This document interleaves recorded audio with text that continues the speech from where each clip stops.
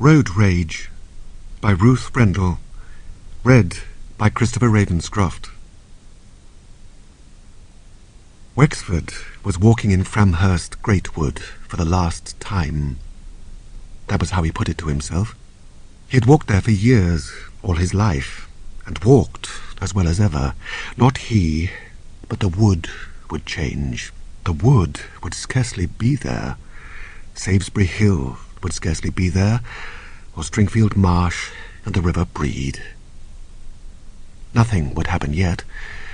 For 6 months the trees would remain, and the uninterrupted view over the hill, the otters in the Breed, and the rare map butterfly in Framhurst Deeps. But he didn't think he could bear to see it any more. "When I retire," he had told his wife, "I want to live in London, so I can't see the countryside destroyed." "A defeatist attitude," she said. "You should fight to keep it." She was on the committee of the newly formed cabal, King's Markham against the bypass and landfill. The Deputy Chief Constable had got to hear of it, and said he hoped Wexford wasn't thinking of joining, as there was going to be trouble in which the Chief Inspector might well be, at least peripherally, involved. Wexford came out of Framhurst Greatwood and looked up at the ring of trees crowning Salisbury Hill. The road would pass through the foundations of the Roman villa, the habitat of Arasknia levana, the map butterfly, found nowhere else in the British Isles, cross the Breed, and then the Kingsbrook. Gloomily, he returned to his car and drove home. It wasn't a happy day. Not, that is, till he came into his house. His wife's habit was to come out to meet him when something good had happened. He bent down to pick up the card which had been dropped through the letterbox. She was smiling. "You're going to be a grandfather again." Their daughter, Sylvia, already had 2 children, and a shaky relationship with her husband. "Another scheme for keeping the marriage going?" "It's not Sylvia, Reg. It's Sheila. The baby's due in September. Oh, give me that card, Reg. Mary Pearson told me her son got a holiday job delivering those cards for this new car hire firm, Contemporary Cars." "Do we need a new car hire firm?" "We need a good one. I do. You've always got the car. Go on, phone Sheila. I hope it's a girl."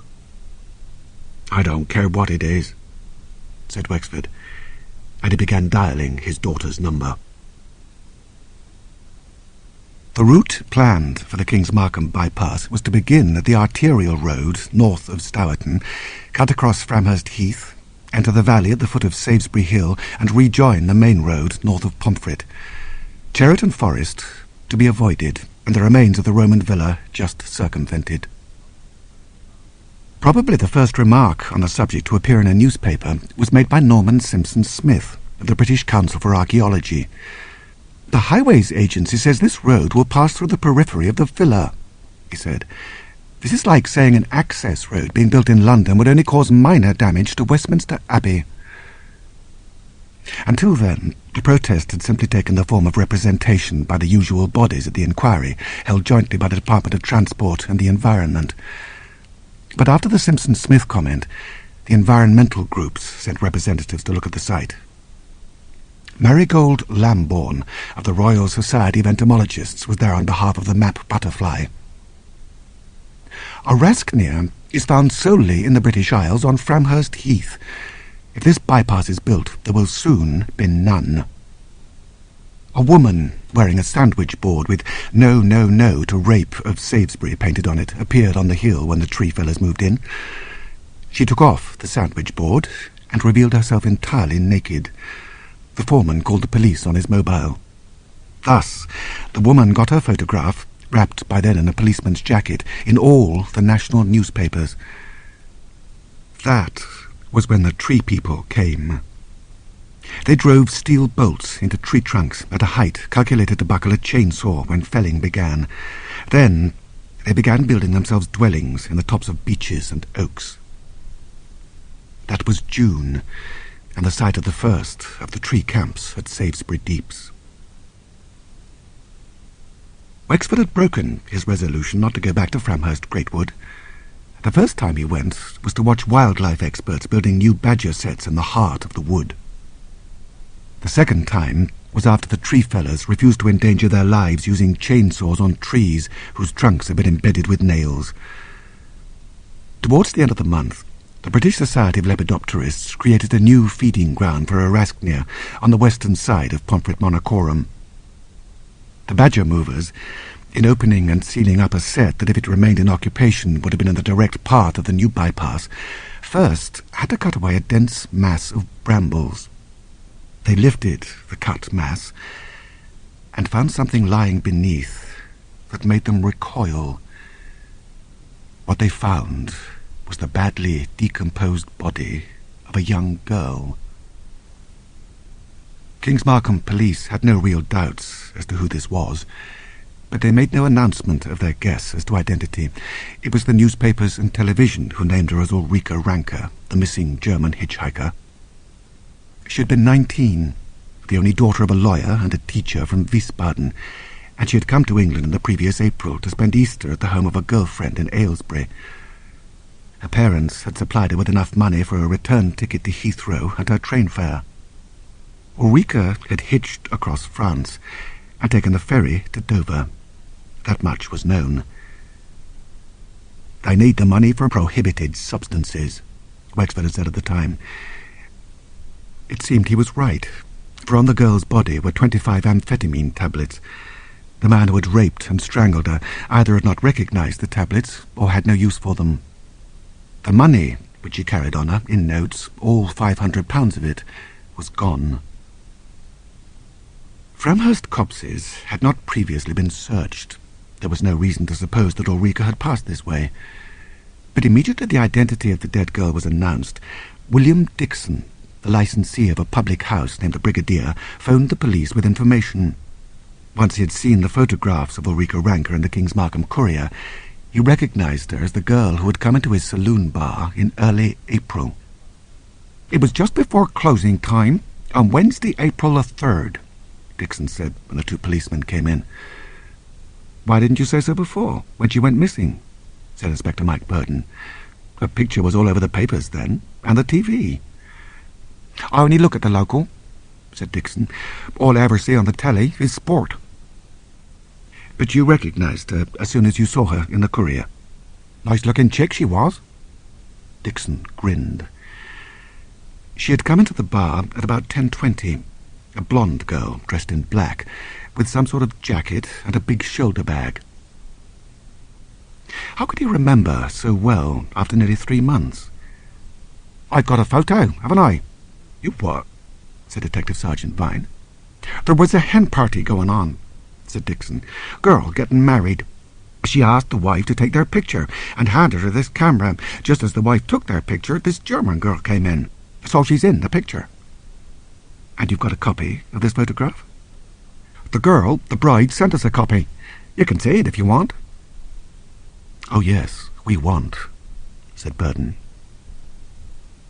Ulrika Ranker was well behind the group. A string of pearls could just be glimpsed lying against her sweater. What did she come in for? She wanted to know if she could phone a taxi. Said she hitched a lift in a lorry from Dover, and the driver dropped her off here. I said she'd find a number on a card by the phone. She called a taxi. Do you know which one? It was Contemporary Cars. It was their card stuck up by the phone. And the taxi came? I don't rightly know. I mean, she said they said it to be Stan in 15 minutes, and when we went to bed, like, half an hour later, I looked out of the window and she'd gone. Are you saying, said Burden, you sent her outside to wait for him? Well, it wasn't raining. Later that day, Stanley Trotter, a driver for Contemporary Cars and a partner with Peter Samuels in the company, was arrested for the murder of Ulrika Ranker.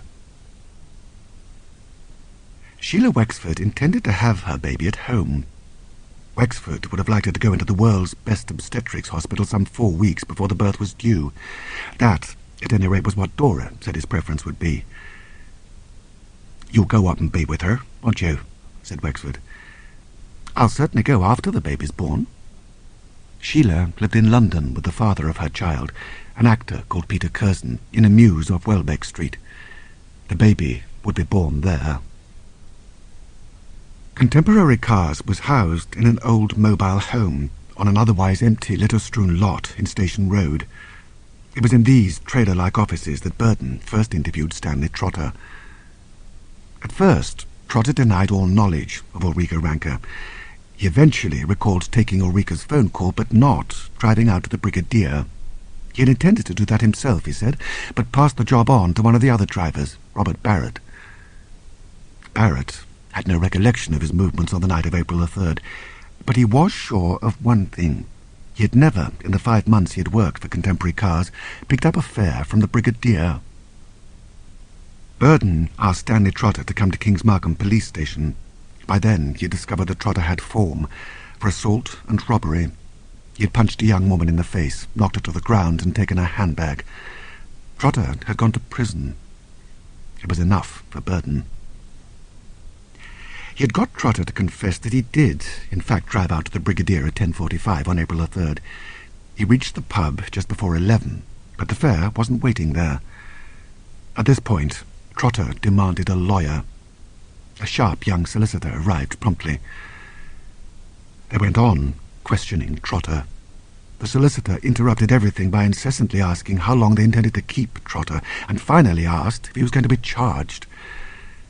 Recklessly, Burton said yes, but he didn't charge him. He just kept him at Kings Markham police station.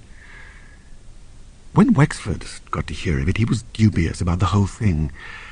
But Burton got a warrant, and Trotter's home was searched. There they found a string of imitation pearls and a hold-all. To Wexford, it wasn't much like the shoulder bag in Dixon's photograph, nor did it conform to the description of his daughter's bag Dieter Ranker had given to the police. This was an altogether cheaper affair.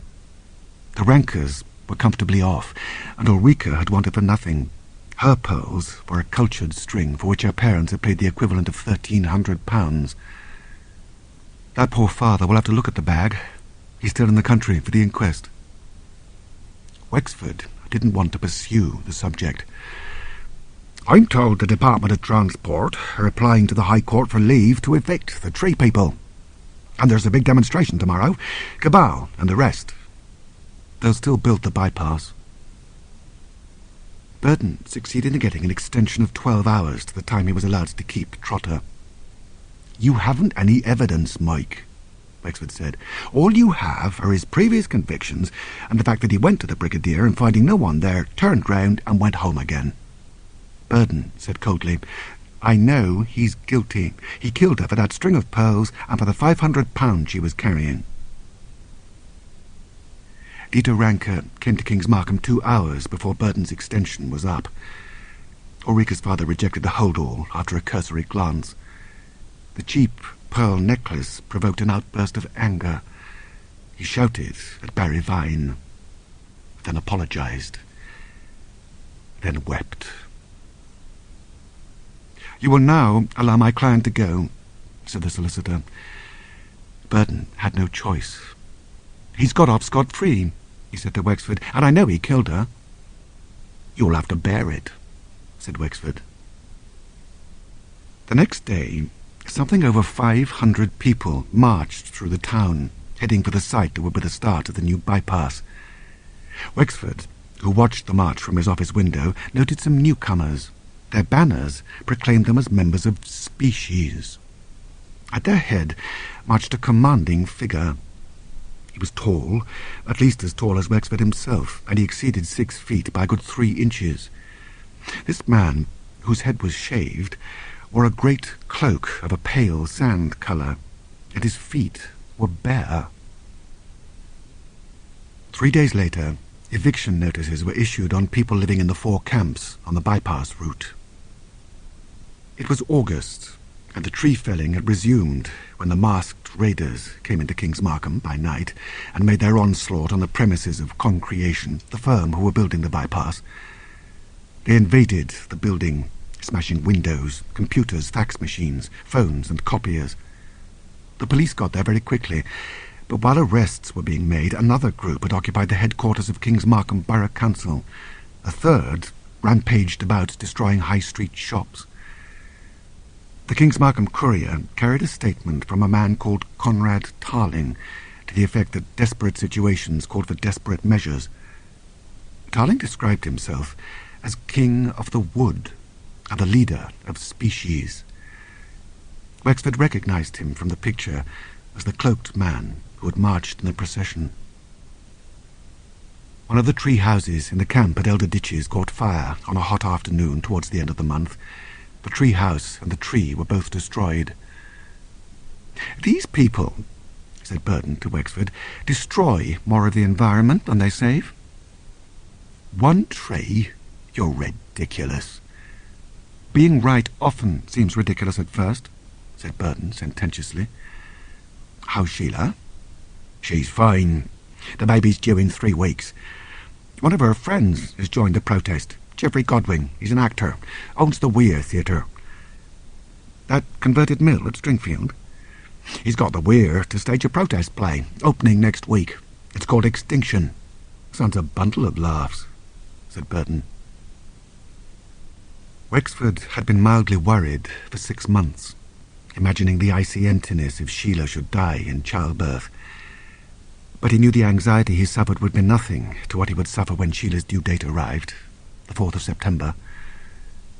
"Most of the things you were worried about," he said to Dora on the evening of the 1st of September, "have never happened." "I know," she said, and as she spoke, the phone rang. He picked up the receiver. "Hi, Pop," said Sheila. "I just had a baby." He had to sit down. "Can you hear me, Pop? I had the baby, and she's fabulous. She's called Amulet." "Congratulations, darling. Here's your mother." Dora talked for 15 minutes. When she put the phone down, she said to Wexford she'd be going to London in 2 days' time. Species and the tree people swarmed over the earth-moving equipment during the night, cutting cables, immobilizing engines, and mixing iron filings with the diesel. A guard was put on the diggers, and James Freeborn, the Assistant Chief Constable of Mid-Sussex, appealed to the government for a grant of £2.5 million for policing the bypass. Wexford asked for a meeting with him to discuss the outbreak of shop-breaking and petty thieving. "Thanks to this meeting," Wexford said to Dora, "I shan't be able to drive you to the station. I shall get a taxi. Phone me this evening.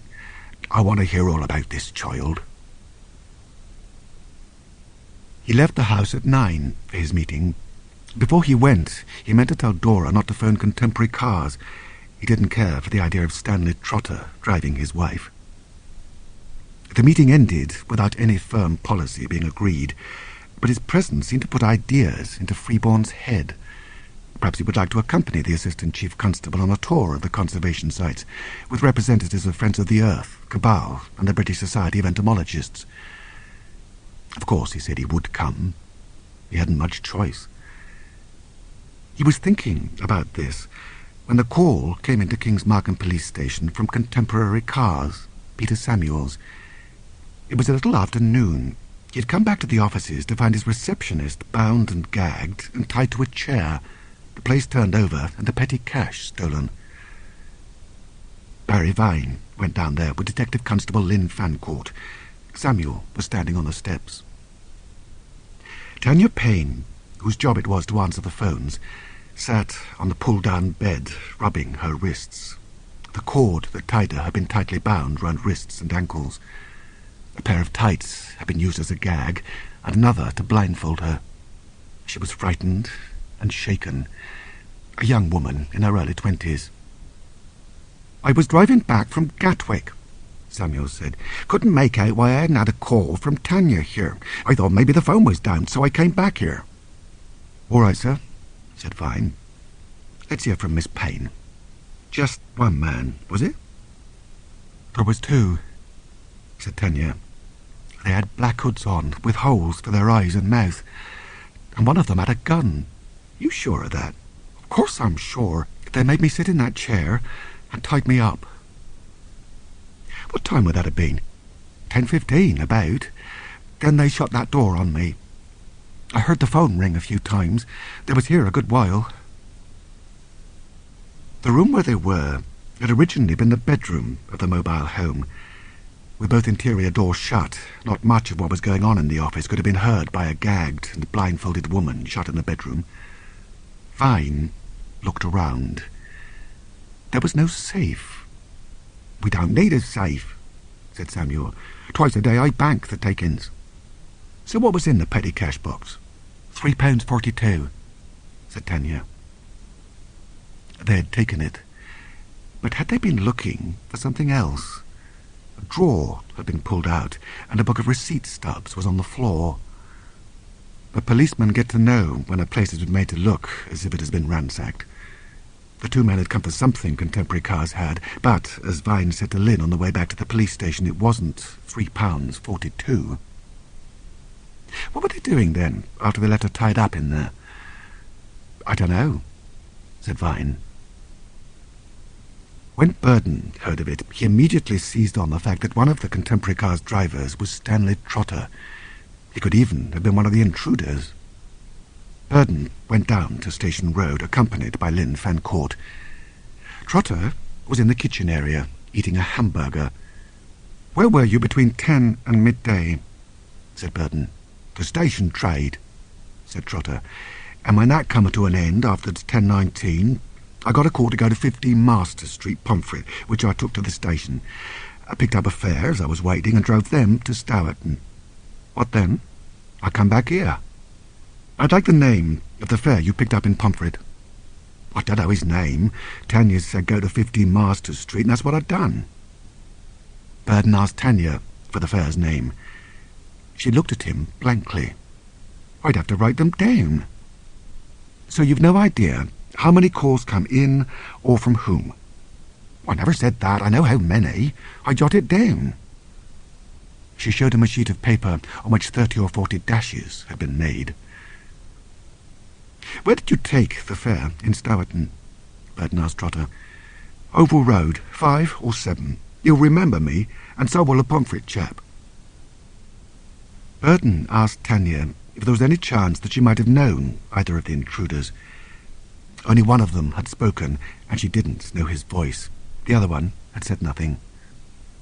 Burden took Lynn Fancourt to Stourton and then Pomfret to check on Trotter's story, but at neither place were the fares present, so Burden said they would call again later.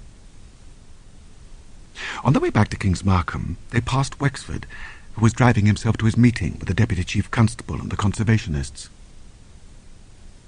When Wexford got home that evening, he took a beer from the fridge and settled down with a book. The phone rang at 7:15. "Dora," he said, "it's Sheila. Where's Mother? We expect her to by 1 at the latest. Where is she?" He had done all the things one does in these circumstances. Phoned hospitals, checked at the police station for road accidents, and talked to his neighbour. Mary Pearson hadn't seen Dora since the day before, but she had seen a car parked outside that morning at about 10:45. Was it a black taxi? It was a red car, Reg. Did you see the driver? Mary hadn't. King's Markham cabs used black taxis, so Dora couldn't have gone with them, and she couldn't have used contemporary cars because they were out of action from about 10:15 until just after midday. He phoned every local taxi firm he could find in the phone book. None of them had picked up Dora that morning. The next call he made was to Burden. It took Burden 7 minutes to get to him. He told Mike the whole story and described what he had done. "It's hopeless going to the railway station," Burden said. "The days are gone when there was someone to check your ticket and watch you go through. What does Sylvia say?" Wexford hadn't even thought of his elder daughter. He said abruptly, "I'll phone her." The answering machine came on. Wexford just said, "Please phone me, Sylvia. It's urgent." Dora must be with them. Something dreadful had happened. Dora had been fetched by one of them. Sylvia had a red car. "Would you have gone like that?" Burden asked, "without telling you?" The phone rang. Wexford snatched it up. "What's so urgent, Dad?" said Sylvia. "Have you seen your mother?" "Not today. Why?" After that, he had to tell her. There must be some simple explanation. He said he would call her back as soon as he had news. "I'm wondering if she decided to walk to the station after all," he said to Burton. "In that case, what about the red car? Mary just saw the red car. She didn't see Dora getting into it. What are you saying, that she set out to walk to the station and something happened to her on the way? She collapsed, or she was attacked, Mike? Robbed? Left there? Do you want to go out and follow the route she would have taken?" "I think I do," said Wexford. Burton drove. The only route Dora could reasonably have taken was along roads built up all the way. There was no area of waste ground. Burton entered the station approach. "It's not possible, is it?" Burton said, turning round outside the station. "I ought to be relieved." In his house, the phone was ringing. Sheila. No, he had no news. He told her, absurdly, not to worry. He'd been at the police station for an hour when Barry Vine came in to say there'd been a phone call from someone wanting to report a missing 14-year-old boy. Vine thought the circumstances justified special attention. "What circumstances?" said Wexford. "This boy was going to London. He was going to the station in a cab." "My God," said Wexford softly. "Do I get the grandmother down here, sir?" "We'll go to her." Rhombus Road was 2 streets from Oval Street, where Burton had come on the previous day to check on the fare Trotter had said he had fetched from King's Markham Station. Since then, the fare had confirmed Trotter's statement. "Come in, please. I'm Audrey Barker. Ryan is my son." They went into a small, tidy living room. The woman who had got up from her armchair was in her 70s. Wexford said, "Mrs. Peabody?" She nodded. "My daughter came this morning as soon as she knew about the muddle we'd got in. She's just got out of hospital. That's why Ryan was staying with me." "Why don't you tell us about it from the beginning, Mrs. Peabody?" It was Audrey Barker who answered him. "Basically, my mother thought Ryan was going home yesterday, and I wasn't expecting him till today. We should have phoned and checked, but we didn't." "Where do you live, Mrs. Barker?" "In Croydon." "So Ryan was going home, Mrs. Peabody, and you thought he ought to have a taxi to the station?" She nodded. "I phoned up. It was a bit before 10:30. I asked the man for a taxi for 11:15. "Who did you phone, Mrs. Peabody?" "I said to Ryan to find me a number in the book. He read out the number, and I dialed it." "Can you remember it?" Wexford asked. She shook her head. "Did you see the car? The driver?" "Yes, we were waiting in the hall. He came on the dot." "Mrs. Barker," said Vine, "you didn't expect Ryan till today, you said, so you weren't worried when he didn't turn up." "I wasn't worried till first thing this morning. I phoned to check up on his train. I got the next train down here. What's happened to him?" "Have you got a photograph of Ryan?" Wexford went home, a brief visit to check on his answering machine. He found both his daughters there. The 3-day-old amulet lay in Sylvia's lap. Sheila leapt up and threw herself into his arms. "Oh, Pup, darling, we thought we ought to be here with you." "Thank you for coming, dears," he said, though he didn't want them. They were an added complication. "I only came back to see if there was a message." "There's nothing," said Sheila. "I checked." "I'll see you both later," Wexford said. They had mounted a hunt for his wife and Ryan Barker, mainly concentrated on inquiries in and around King's Markham Station. Every taxi company had been investigated. They had come up with only one certain thing. Neither Dora Wexford nor Ryan Barker had reached the station. It was Burton to whom the Roxanne Massoud call was relayed at 5 in the afternoon. I want to report my daughter missing." "Pomfret," you said. "We'll come."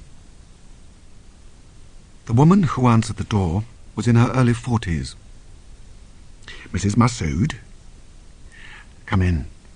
It's my daughter that's called Massoud. She uses her father's name. I'm Claire Cox." Indian artifacts littered the place. The only picture was a large framed photograph of a young girl. She was almost too beautiful to be real. Wexford turned away from the portrait, and having ascertained that this was Roxanne herself, asked Claire Cox to tell him what had happened on the previous day. Oh, she was going to London. She wanted to be a model. She was going to a model agency and then to see her father in Ealing. She didn't turn up. He didn't phone then. He thought she'd changed her mind. "How did you know then?" "He phoned an hour ago. Some pal of his thought he could get her modelling work." "Did you check with the modelling agency?" "I don't even know where the bloody place is." "So she went to the station by taxi," said Wexford. "Which taxi? Did you hear her make the call?" "No, but I know when it was and who it was. She phoned just before 11. She knew the girl who worked for them, Tanya Payne. She came to my studio and said the cab was coming in 15 minutes. I said, 'How's Tanya?' She said, 'I don't know. I didn't talk to Tanya. It was some guy who answered.'" "You mean she phoned Contemporary Cars at, 10:30, and they answered?" "Of course they did. The cab came at 10 to 11. I saw her get into it." Wexford finally got home at 10 at night. Earlier, he and Burden, with Vine and Fancourt, had moved in on Contemporary Cars. They'd gone over the place again, and then fetched Samuels, Trotter, Cousins, and Tanya Payne down to the police station. Who had driven Roxanne Massoud and Ryan Barker to the station? "I've told you," Samuel said. "We never got no calls between 10:30 and 12 midday. Burden said to all of them, "I want you to think. Have you any idea, even a suspicion, who it could have been that came into the place and tied Tanya up? Anyone who knew that no one ever went back there before 12 noon? One of us could have said.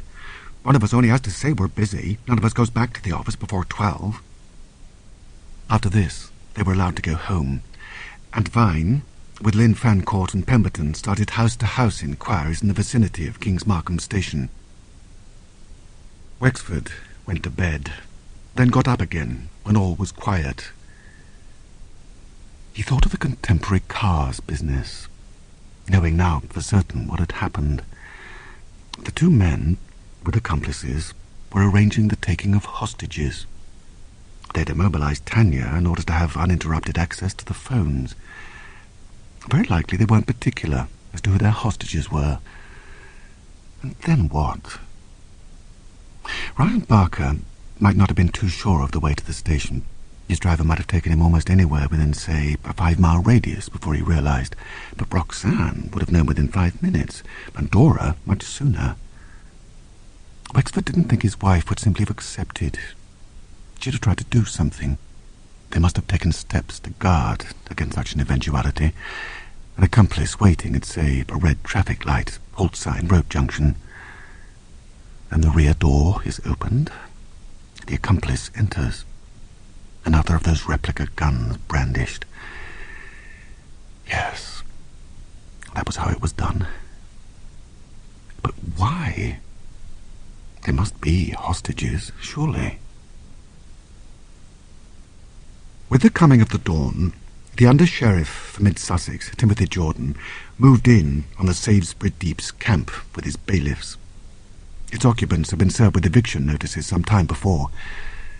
The protesters were either in tree houses or sleeping in hammocks. Meanwhile, in Framhurst Greatwood, inside the secret tunnel whose existence was supposed unknown to all but the members of Species, 6 people who slept there were rousing themselves from sleep. The other end of the tunnel came out near the foot of Salisbury Hill. The last of the 6 to emerge were a self-styled professional protester called Gary and a woman he called his wife, Quilla. Once they were out, Timothy Jordan put a guard on each end. Another bailiff, called the human spider, shinned up the tallest tree towards the house in its top branches. The woman whom the human spider had laid hands on had staged a faint and hung limp between the two men who supported her. They lowered her down a ladder. On reaching the ground, the woman, Freya, sprang from the arms of the men who had brought her down and ran to Quilla, embracing her and crying. Burton went into work half an hour earlier than he need have done. He had been at his desk 10 minutes when a call was put through to him. It was the editor of the King's Markham Courier, Brian St. George. "I've just received a funny sort of letter. Maybe it's a hoax, but somehow I don't reckon it is. Read it to me without handling it, if you can." "Right. Dear Sir, we are Sacred Globe, saving the Earth from destruction by all means in our power. We are holding 5 people: Ryan Barker, Roxanne Massoud, Kitty Struther, Owen Struther, and Dora Wexford. You will not find them. We will be in touch today to tell you our price for them. Inform all national newspapers and King's Markham Police for maximum publicity. We are Sacred Globe, saving the world." Burton said quietly as Wexford came into the room, "We'll come to you now and take possession of that. In the meantime, tell no one." They sat around Brian St. George's desk, the letter lying in the middle. "Which national newspapers did you have in mind to release this to?" asked Wexford. "The lot," said St. George. "You can do that, but with a strict embargo that nothing is to appear until we give the go-ahead. That goes for the Courier too, naturally." "Hold hard a minute. You've a lot more chance of finding these people if everyone knows what's going on." "Nothing at all till we give the go-ahead. It is your wife, isn't it?" Wexford didn't reply. He had read the letter on the desk. When he reached his wife's name, the 4 syllables had struck him like a blow. "Who, besides yourself, has seen this letter, Mr. St. George?" "No one but my PA, Veronica." "Keep it that way. At present, silence is absolutely imperative. We shall ask British Telecom to put a trace on your phones. These Sacred Globe people have expressed their intention of making contact again today." Wexford got up. Going downstairs, he said, "I'm going straight to the Chief Constable. Meanwhile, we need a trace on all our phones." "Right," said Burton. "Who are these Struthers, Reg? Why aren't they reported missing?" Donaldson opened the car door and they got in the back. Wexford punched out the number of the Mid-Sussex Constabulary headquarters. The Chief Constable, Montague Ryder, agreed to a meeting as early as possible. "I'll go over there now, once we've dropped you." "I don't think it's odd the Struthers haven't been reported missing, Mike. They're probably a married couple living alone. I expect they intended going away on holiday.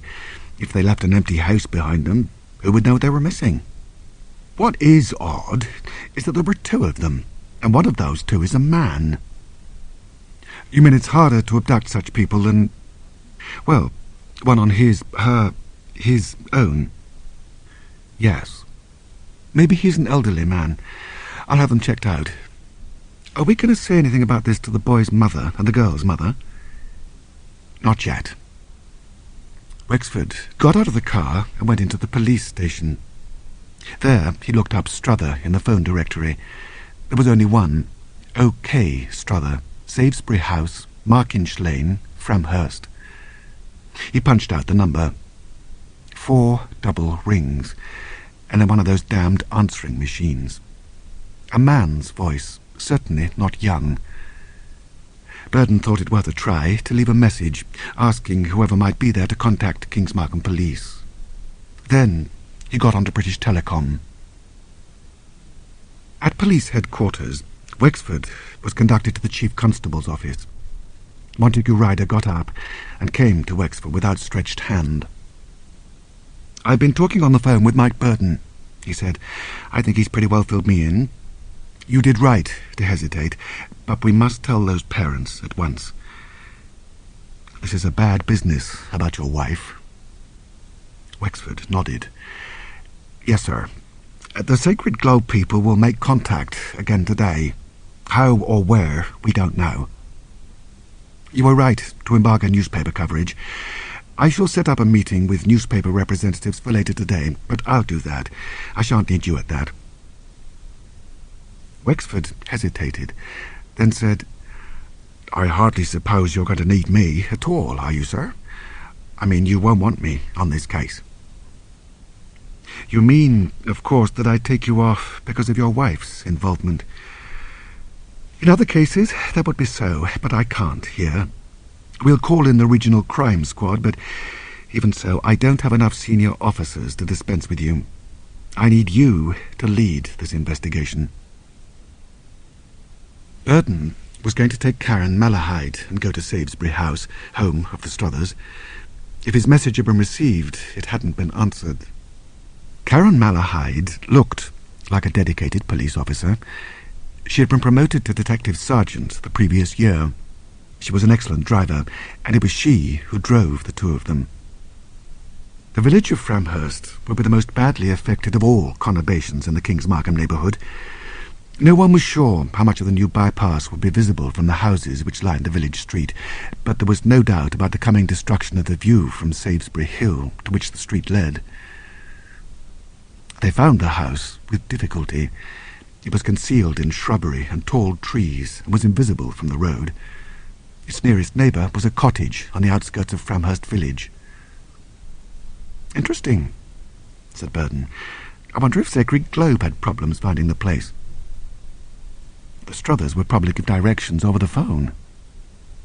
The gates were open, so they drove in, up a gravelled drive. Brick and timbered walls gradually appeared as the trees thinned, with outbuildings behind.